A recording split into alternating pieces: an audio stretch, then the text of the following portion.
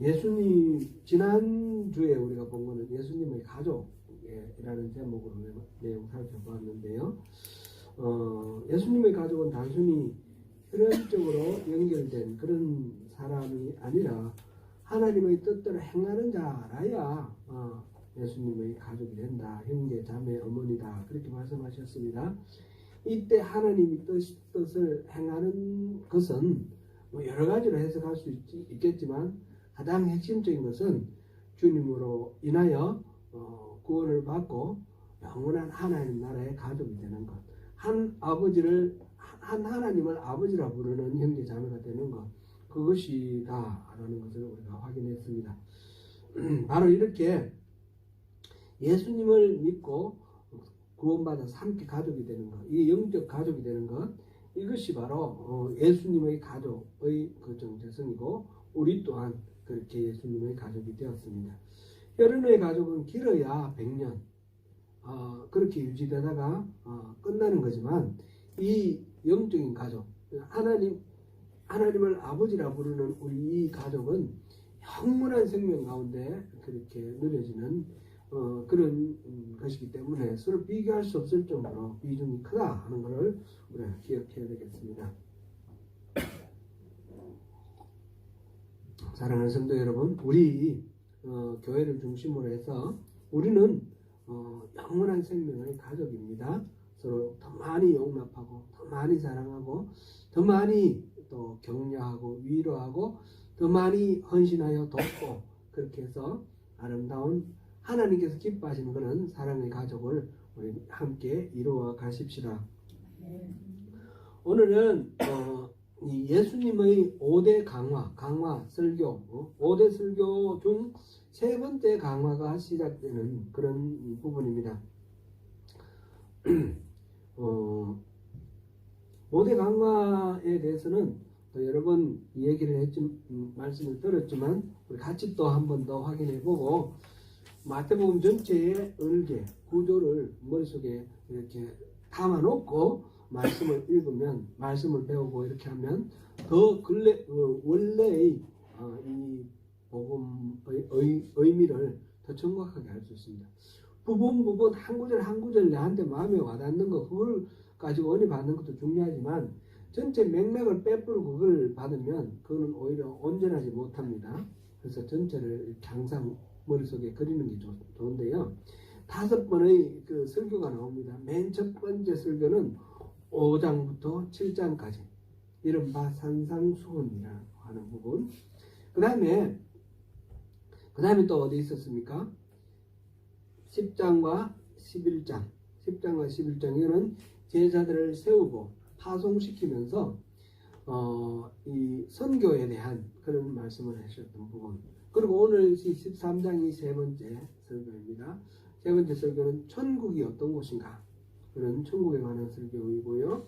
그 다음에 18장에 설교가 또 하나 나옵니다. 그거는 교회가 뭔가, 교회의 권세와 교회의 능력, 그걸 말씀하고 있고요. 그 다음에 24장과 25장이 말하는 종말론입니다. 종말론. 이 5개의 강화 설교를 중심으로 해서 마태는 그 사이사이에 예수님의 행적을 기록하고 있습니다. 그래서 오늘 이 13장은 바로 그 가운데 있는 그런 세 번째 강화이고 세 번째 설교다라는 것을 염두에 두시고요. 그 내용은 천국에 대한 이야기입니다. 천국에 대한 이야기고 여기는 7가지 천국에 대한 비유가 나옵니다. 차차 살펴보고 오늘 그 첫 번째로 씨 뿌리는 비유입니다. 함께 살펴보시겠습니다. 마태복음에서 보면 오늘부터 시작해서 비유가 많이 나옵니다.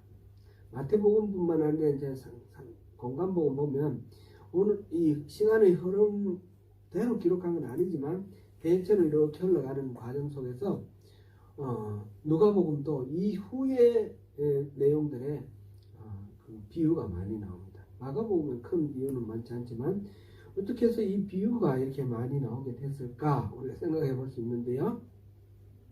이 설교를 듣는 대상이 누굽니까? 보니까 2절에 보니까 큰 무리가 그에게로 모였구나 이렇게 했습니다. 많은 사람들이 뭐 구름대 같이 예수님 앞에 몰려왔습니다. 사람들이 너무 많아서 예수님께서 배를 타고 바다에서 약간 여기 해변에 약간 떨어진 상태에 배를 타고 설교를 하시고 해안에 언덕진데 사람들이 앉아서 설교를 듣습니다. 이때는 그러니까 이제 어느 빌딩 건물이나 이런 데 들어갈 수 없을 만큼 사람들이 많다는 걸 알 수가 있겠죠. 근데 이 큰 무리들이 정말 예수님께서 기뻐하시는 그런 모습으로 하나님의 말씀에 갈급해 가지고 천국에 대해서 소망을 가지고 이렇게 달려온 사람들이 아니에요. 이 사람들은 끊임없이 자신들의 육신적인 욕망을 채우기 위해서 예수님께 이렇게 요구를 하고 그렇게 달려온 사람들입니다. 곧 지금 경제적으로, 정치적으로, 사회적으로 많은 지금 모순이 있죠. 이 로마의 식민지 아래에 있는 그런 식민지 피지배 민족인데다가 그 민족 간의 계급도 많이 이렇게 나뉘어져 있고, 그리고 예수님한테 찾아오는 사람은 주로 이제 가난하고 외로운 사람들인데, 이 삶의 문제, 이 육신적인 어떤 문제, 이게 너무 많습니다. 예수님께서 그동안에 수많은 설교도 하시고 산상수훈도 한 번에 하신 거라고 볼 수는 없어요. 여러 번 하신 걸 모아놓은 거라고 볼 수 있는데, 그런 설교도 이 천국에 대해서 아주 주옥 같은 그런 귀한 말씀을 이렇게 설교도 하셨고, 수많은 병자를 고치고 귀신을 쫓아내고 기적을 행했지 않습니까? 그렇게 하셨는데도 이 사람들은 계속해서 자기들의 요구를 예수님께 말합니다. 그래서 바로 앞에서 12장에서는 예수님께서 그들을 악하고 음란한 세대라고 그렇게 표현을 했어요. 그 유대인들 전체를 통틀어서 악하고 음란한 세대, 그 중에서 아주 대표격이 되는 사람들이 바로 바리새인과 서기관들, 이 종교적 지도자들, 이런 사람들입니다. 그렇게 해서 끊임없이 예수님께 자신들의 욕망을 채워달라고 요구를 하는 겁니다. 그 대표적인 게 표적을 보여달라고 그랬잖아요. 표적 얼마나 많이 보여주셨어요. 근데 또 표적을 보여달라, 그런 상태에서 어쩌면 예수님께서 좀 좌절감을 느끼고 실망한 그런 어떤 심리 상태가 이 말씀 가운데 이렇게 배어 있지 않을까, 그런 것 아닌가 이렇게 생각합니다. 신약 학자들이 그렇게 보는데 상당히 일리가 있다, 그렇게 봅니다. 그래서 이제부터 예수님께서는 좀 더 본격적이고 직접적으로 이 천국의 말씀을 에센스를 전해주는데, 그거를 잘 전하기 위해서 비유의 말씀을 합니다. 비유의 말씀 앞에도 있긴 있었습니다.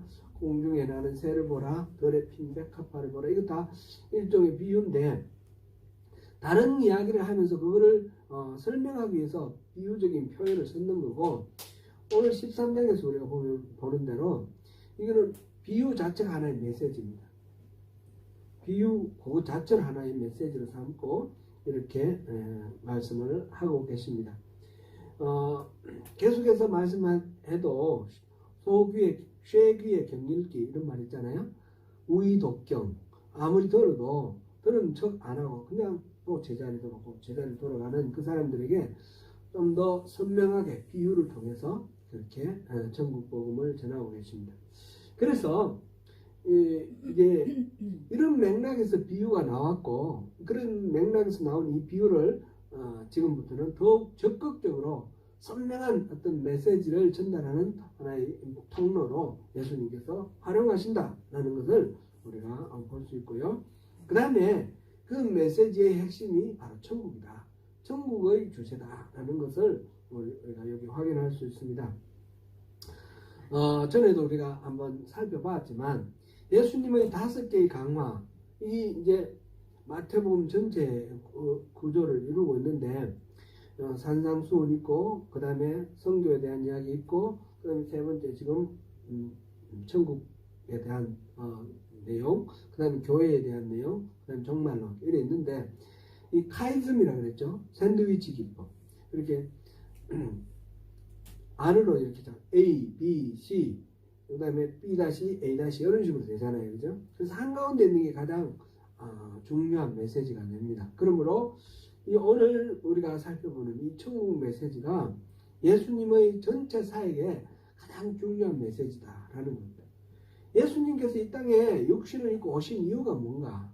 예수님께서 나중에 십자가를 지시고 죽으셨다고 부활하신 이유가 뭔가? 그 이유가 다 여기에 담겨 있는 겁니다. 바로 천국의 복음을 전하기 위해서입니다. 예수님의 사역의 목적은 이 땅의 죄인들을 하나님께로 인도하는 것. 이 땅의 죄인들이 다 천국 백성이 되도록 하는 것입니다.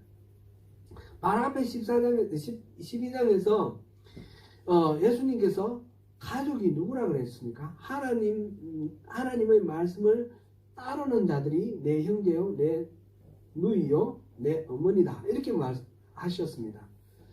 바로 그것이 핵심이 되는 겁니다. 그래서 우리가 이 천국 복음을 듣고 천국에 대해서 정확하게 깨닫고 그 복음을 받아들여서 우리가 천국 백성이 되는 것, 그것을 위해서 예수님께서 공생애를 시작하셨고 십자가를 지셨다, 이렇게 볼 수가 있는 것입니다. 그래서 오늘 이 13장이 마태복음에서는 마태가 생각할 때 가장 중요한 핵심 메시지다, 이렇게 볼 수 있습니다.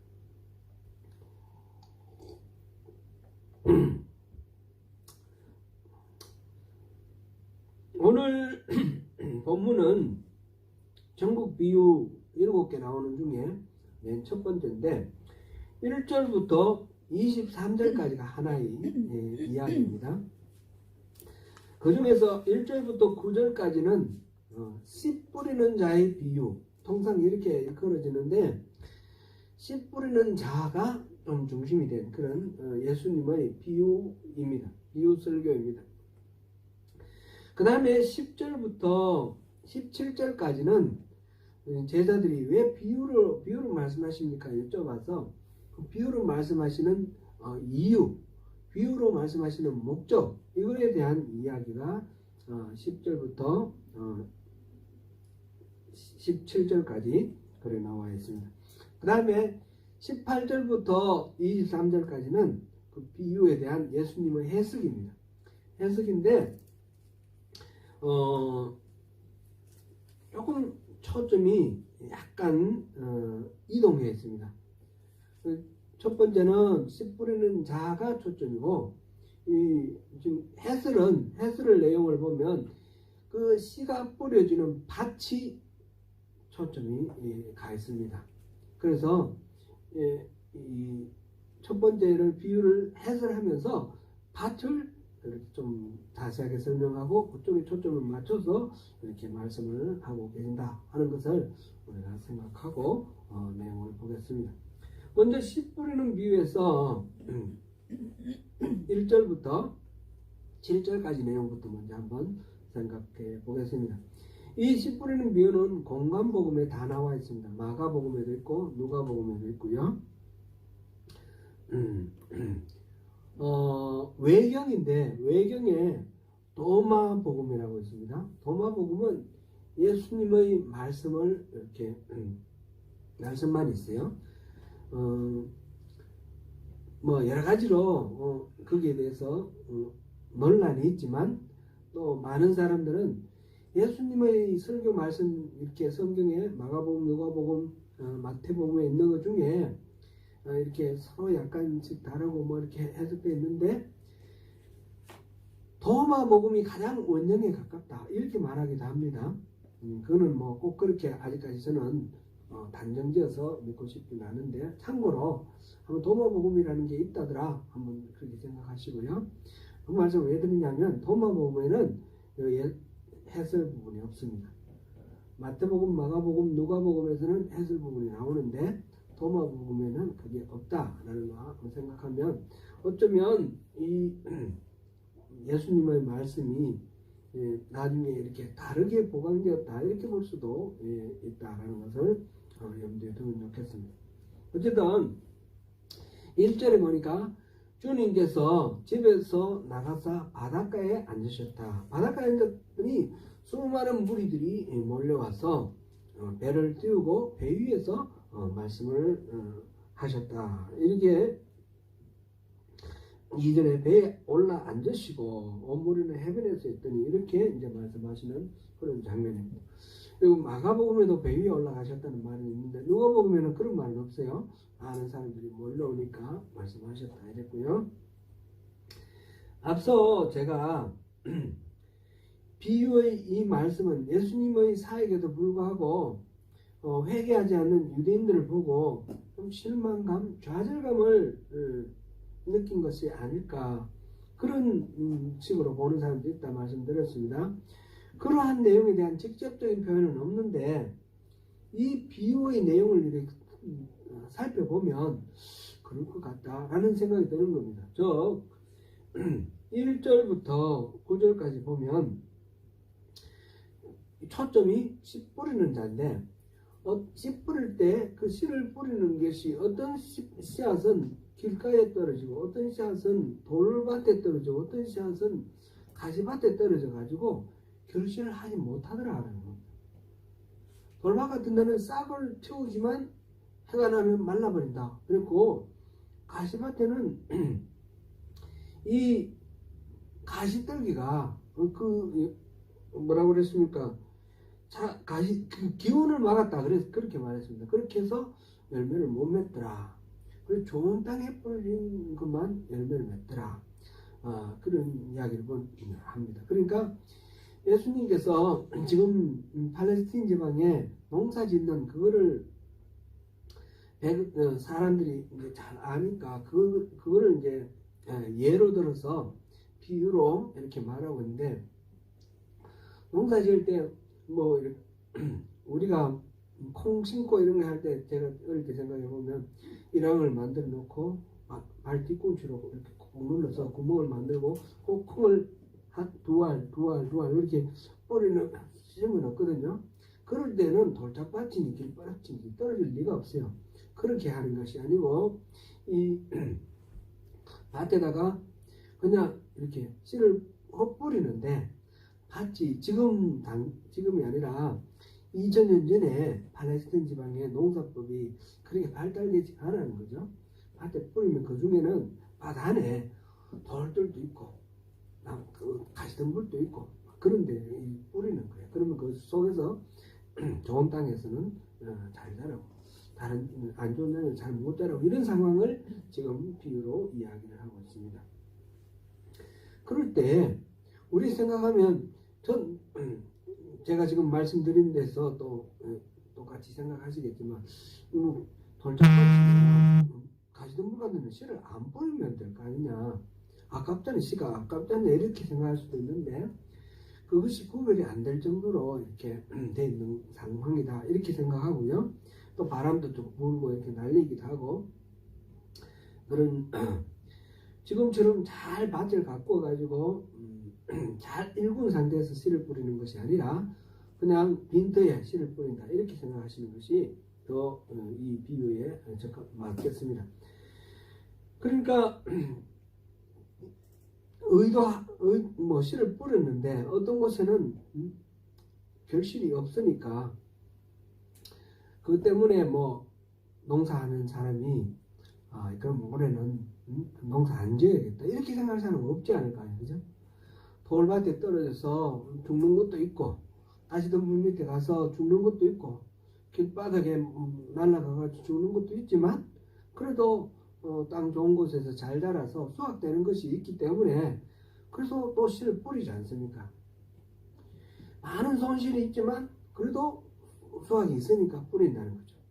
예수님께서 많은 사람들에게 복음을 전하고 천국 복음을 전하고 이적을 베푸는데도 끊임없이 표적을 보여달라 그러고 자기들의 욕망을 채우기 위해서 이렇게 오는 것을 바라볼 때 예수님께서는 이 돌밭에 씨 뿌리는 거 아닌가?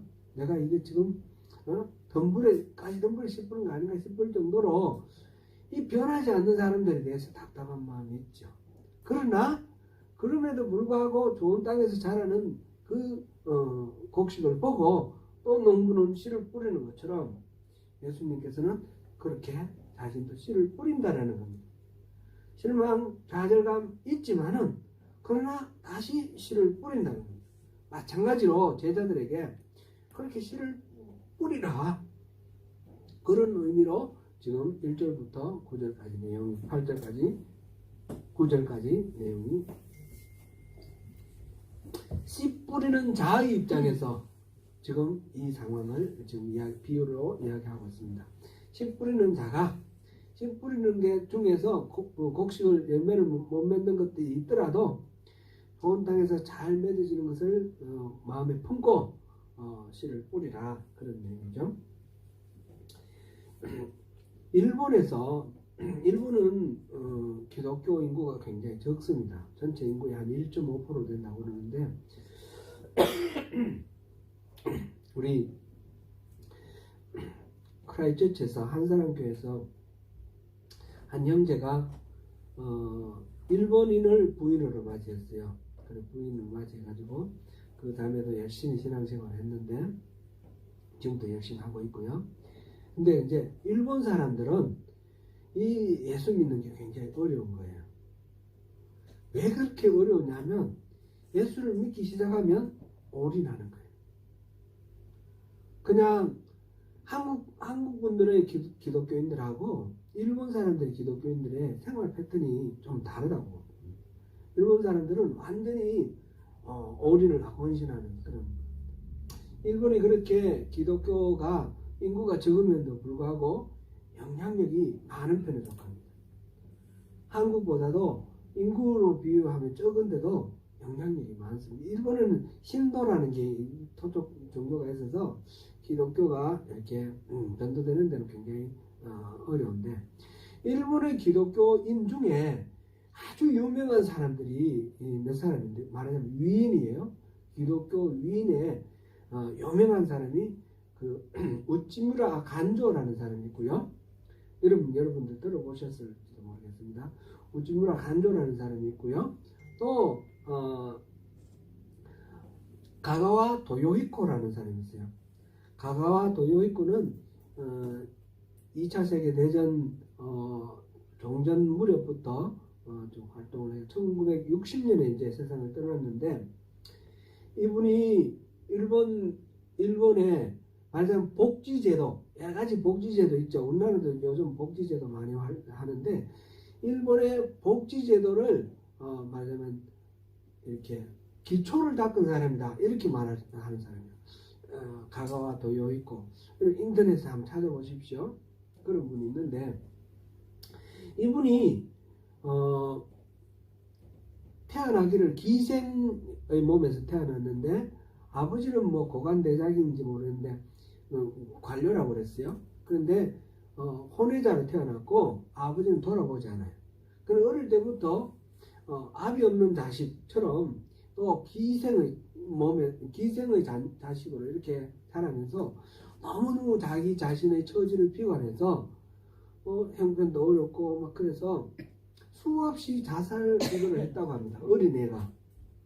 그러다가 16살 됐을 때 동네에 지나가는 전도자가 북치고 막 지나가면서 구원받으라고 얘기하는 그 이야기를 듣고 나도 구원받을 수 있냐? 물어본 거예요.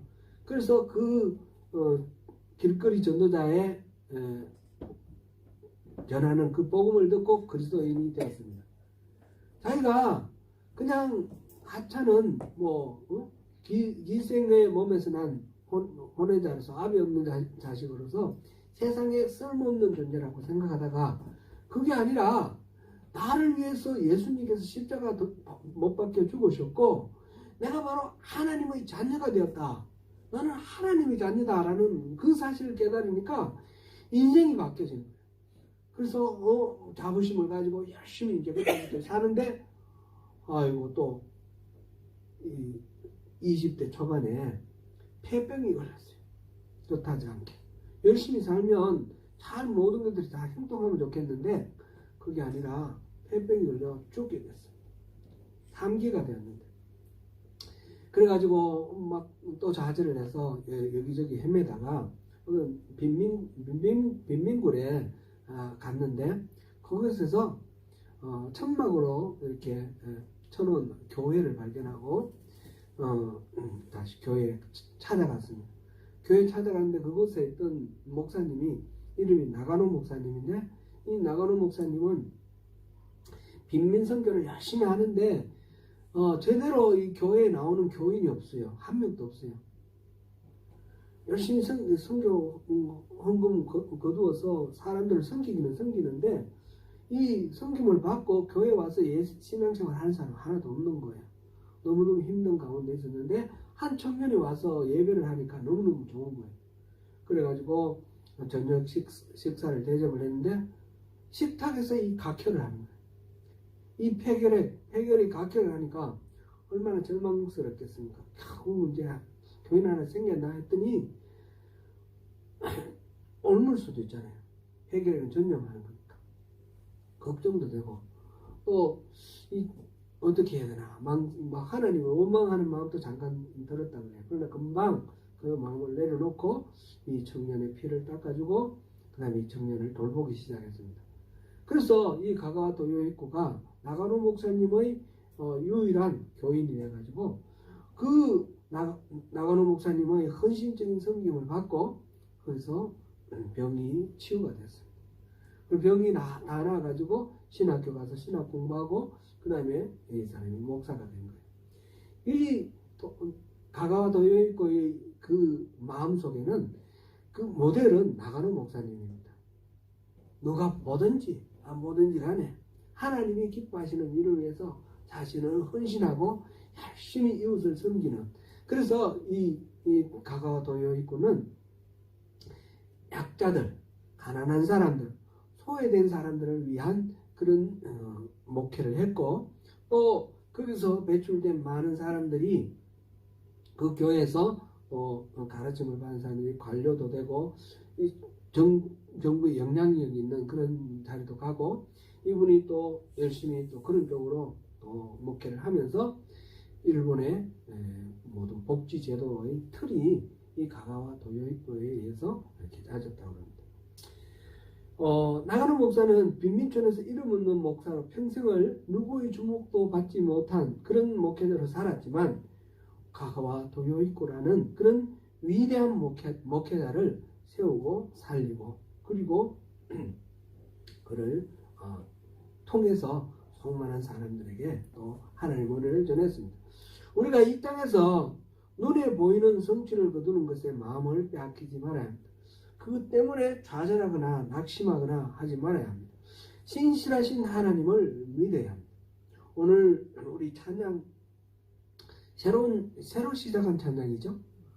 너무너무 은혜가 많이 됩니다. 내 삶의 뭐라고 그랬죠? 내 삶의 모습이 작더라도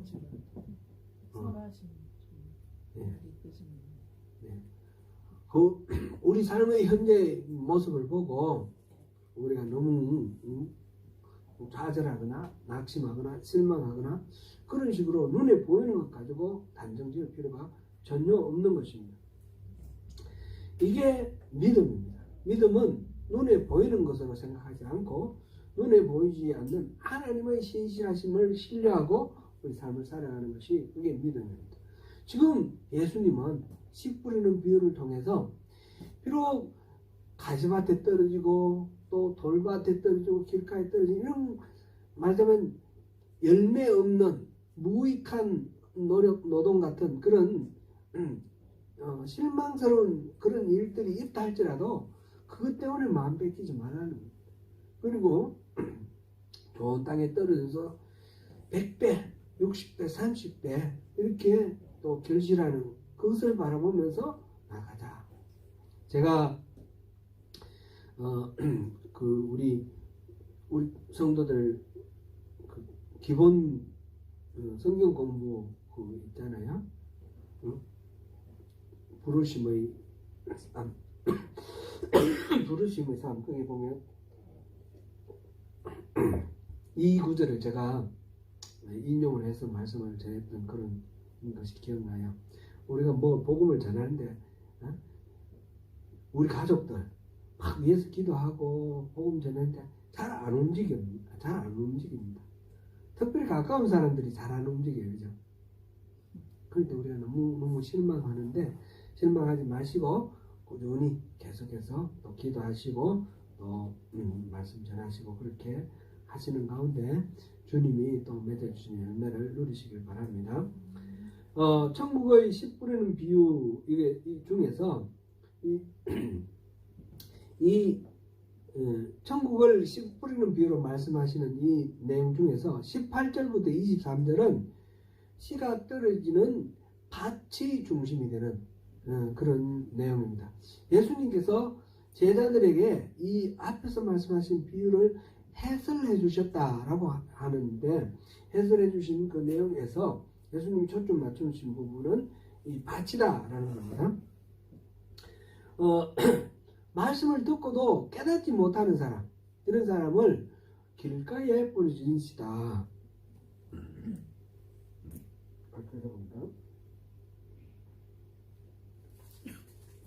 길가에 뿌려진 씨다 이렇게 말씀을 하셨어요. 중국 말씀을 듣고 깨닫지 못할 때는 악한 자가 와서 새가 그 주워 먹어버리는 것처럼 악한 자가 와서 그 마음에 뿌려진 것을 빼앗아 버린다. 씨앗이 길바닥에 떨어지면 씨를 뿌리를 내릴 수가 없죠. 단단하니까. 그죠? 그럴 때에 이거는 결국은 뿌리를 못 내리고 새가 주워 먹어버린다. 아무런 씨 뿌림의 그런 효과가 없게 된다. 그런 말인데 이 길바닥은 어떤 겁니까? 길바닥은 사람들이 많이 다녀서 단단해진 곳입니다. 그죠? 많이 다녀서 단단해진 것. 그러니까 그 사람들의 어떤 생각들, 그 당시 세상 풍조 또는 학문, 지식 이런 것들로 단단해져 가지고 하나님의 말씀을 들어도 그거는 웃기는 얘기라 이렇게 전혀 받아들이지 않는 그런 상태를 길가다 이렇게 볼 수 있겠습니다. 우리가 신앙생활을 하면서 정말 우리가 버려야 될 것들을 계속 이 말씀을 이렇게 우리가 살펴봤습니다. 가장 잘못되어 있는 거 우리가 거짓이나 자기가 중심이 되는 거 그거라고 그랬습니다. 그죠? 자기가 중심이 되는 거. 그래서 자기의 어떤 능력이나 자기의 노력이나 자기가 하는 모든 일들로 가지고 이 신앙 모든 것들을 평가하고 판가름하는 것. 자기의 자기의 자기의 목적, 자기 목적이 아니라 하여튼 자기의 능력, 힘, 자기의 자원을 가지고 이렇게 신앙생활하는 것은 율법주의라고 그랬습니다. 그죠? 율법주의. 그 다음에 자기가 원하는 어떤 소원, 자기의 목적, 자기 목적이 중심이 되어 있는 그런 신앙은 기복주의라고 했습니다. 그리고 자기의 방법, 자기가 가지고 있는 어떤 지식이라든지 경험이라든지 능력 이것만으로 모든 것들을 판단하는 것은 인본주의, 그렇죠? 인본주의. 그래서 율법주의, 기복주의, 인본주의는 사실은 같은 거예요. 하나의 세 가지 측면이에요. 세 가지 측면. 결국은 이거는 본질이 뭡니까?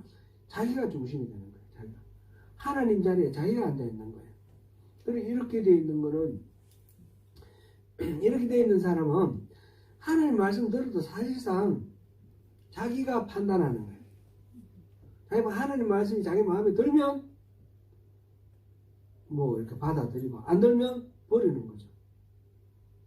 이거는 신앙생활을 한다 할지라도 길가와 같은 경우도 있다라는 겁니다.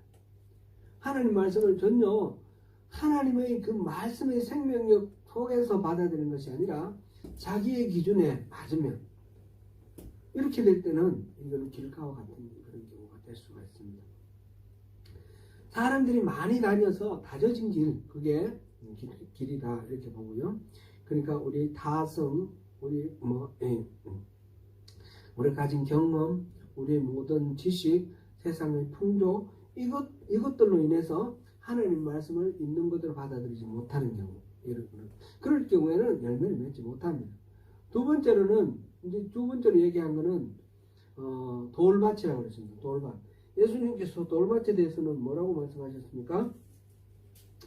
뿌리가 없어 잠시 견디다가 말씀으로 말미암아 환난이나 박해가 일어날 때는 곧 넘어지는 자요.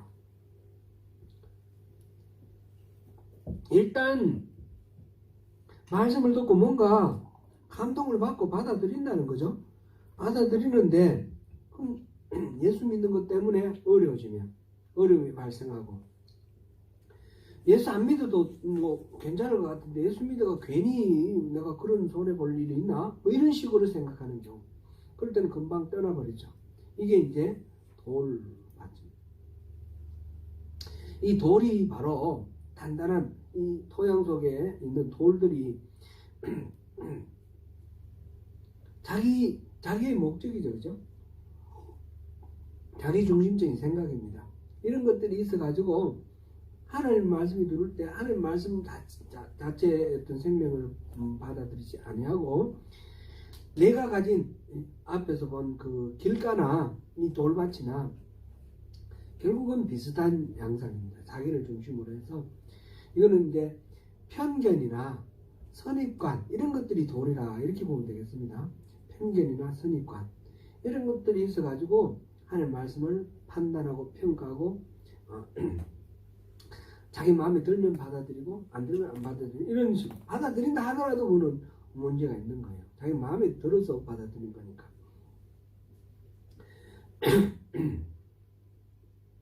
그렇게 되는 것입니다. 그 다음에 가시떨기에 뿌렸다는 경우는 뭐라고 예수님께서 해석하셨습니까? 말씀을 들으나 세상의 염려와 재물에 대한 유혹이 그 말씀을 막아서, 기운을 막아서 열 결실을 못하게 된다. 이 가시떨기 안에 씨앗이 떨어지면 싹을 내리고 자랄 수는 있죠. 근데 햇빛을 제대로 못 보기 때문에 이렇게 좋게만 쭉 자라다가 열매를 못 맺고 이렇게 될 겁니다. 바로 그런 거죠. 우리 예수님 천국에 대한 복음의 말씀을 듣더라도 내가 살아가는 삶에 대해 염려가 너무 많고 걱정이 많고, 이 걱정은 어디서 옵니까? 자기의 어떤 안정감을 생각하는, 자기 중심적인 생각에서 오는 거죠. 그 다음에 뭐 욕심이 계속 생깁니다. 저것도 하고 싶고 저것도 하고 싶고, 이러다 보면 말씀을 듣고 감동받아서 나도 예수 믿고 좀 살아보겠다 했는데 그런 마음을 가졌지만 이런저런 유혹 속에 오래가지 못하고 열매를 못 맺는다, 그런 거죠. 좋은 땅에 뿌려지었다는 것은 말씀을 듣고 깨닫는 자다 그랬습니다.